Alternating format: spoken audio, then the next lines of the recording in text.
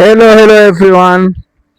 Ubushakashatsi bwagaragaje yuko kureba ibidukikije cyangwa iby'Imana yaremye biruhura ubwonko, bikaruhura umutwe, bigatuma ubwonko bukora neza, bigatuma ubwonko buruhuka, bigatuma umuntu amererwa neza. Niyo mpamvu nabahitiyemo iyi content yo kubereka iby'Imana yaremye.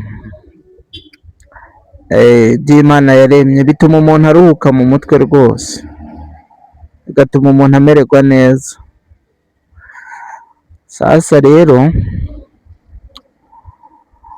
kanda subscribe cyangwa sabone ku bakoresha ururimi rw'igifaransa kugira ngo dukomeze tugendane. Thank you so much.